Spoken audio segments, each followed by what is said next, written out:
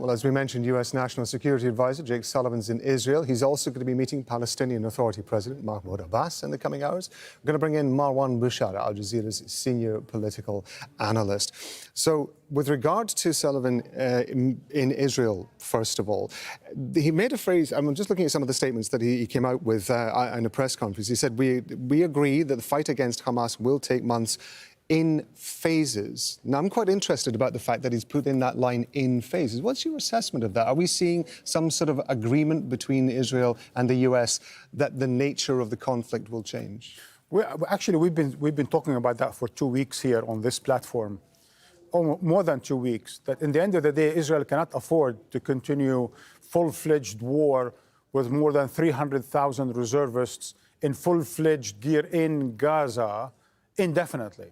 The Israeli economy can't take it, the public opinion cannot take it, the general world public opinion cannot take it, and certainly the United States wouldn't be able to support it for that long. So we all knew that eventually this is going to come to an end sooner or later, rather than sooner than later, because yes, we expected that this will go to some kind of a low-intensity warfare against Gaza, meaning in the end of the day, once you destroy or once you hit 40,000, I don't know, I lost track. Do you know? 50,000 targets in Gaza bombed? I've got it written down somewhere, but yeah, we'll go with... But I mean, you know, tens of thousands of targets in this little enclave. When you hit tens of thousands of targets in such little enclave, what is there more to hit? And at the end of the day, you're invading, your tanks are moving forward, you're going to take more weeks to get to Rafah, and then what? Yeah. So at the end of the day, it's going to have to go to another phase. What's pitiful in this is not that we didn't expect it and that the Israelis are not planning it. What's pitiful in all of this is how the world foremost superpower of the past 70 years can be so degraded and so humiliated in front of a small rogue state called Israel, the way America is being humiliated by Israel, the way America's leaders are humiliated by the Israeli leaders. I mean, look at this, we just said and Alan just talked about. America laid a few red lines. One of them was no reoccupation of Gaza. Now it's no reoccupation of Gaza on long term. Long term? I mean, like, it's been occupied already for 56 years. How long of a term would it be? Another 56 years? They say something about, you know, no to the ongoing indiscriminate bombing, right? I mean, Biden finally came out and said it almost in a improvised way, right? Indiscriminate bombing, which is a war crime. And then Sullivan comes to the region and says, no, we understand. He went at length in a press conference to justify why Israel is killing tens of thousands of Palestinians or reaching 100,000 Palestinian casualties or something, or killing thousands of Palestinian children. He was just on air out of Jerusalem justifying Israel's war crimes.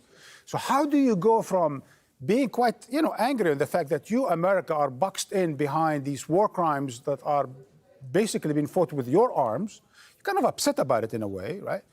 But then you continue to justify Israeli actions and defend Israeli policies in public, because every time we talk about a spat between the United States and Israel, it actually involves a lot of Israel spitting and a lot of America's face saving, right?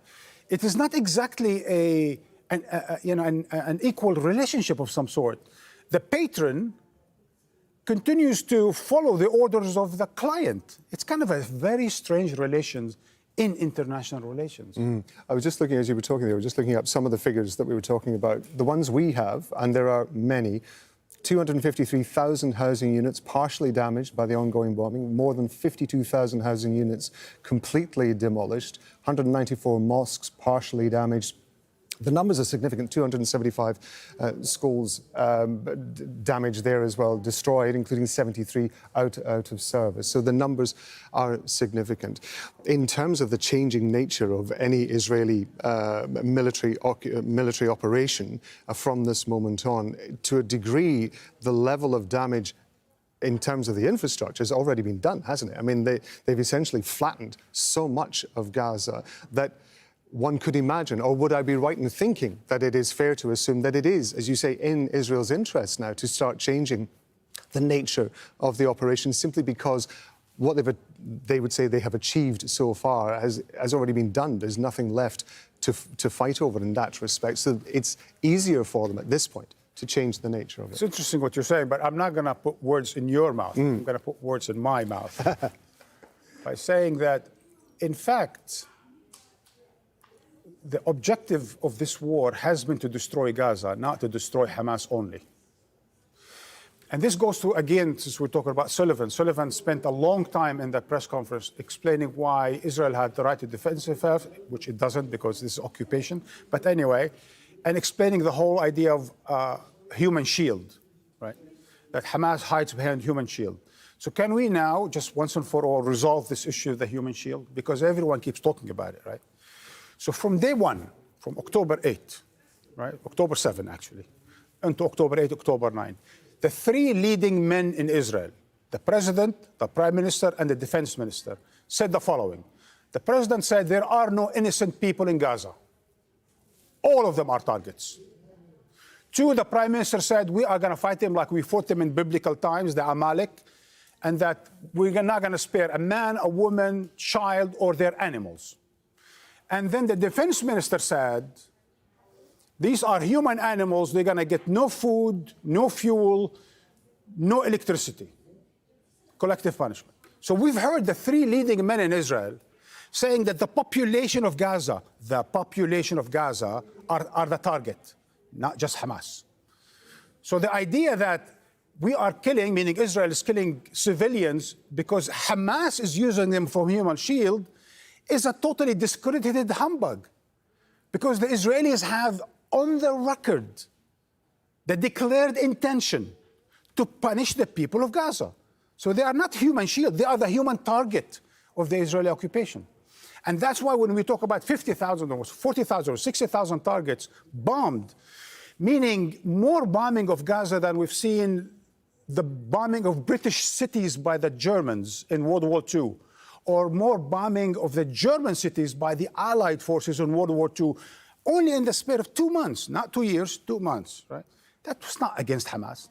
And the end result, as Sullivan and Biden and certainly Lloyd Austin knows, the Secretary of Defense of the United States, that most of the Hamas's forces are not killed yet. Then Hamas is not defeated yet. Even though Israel tries to sell the images now of Hamas fighters surrendering and that they are getting to them, and it's just a question of time now.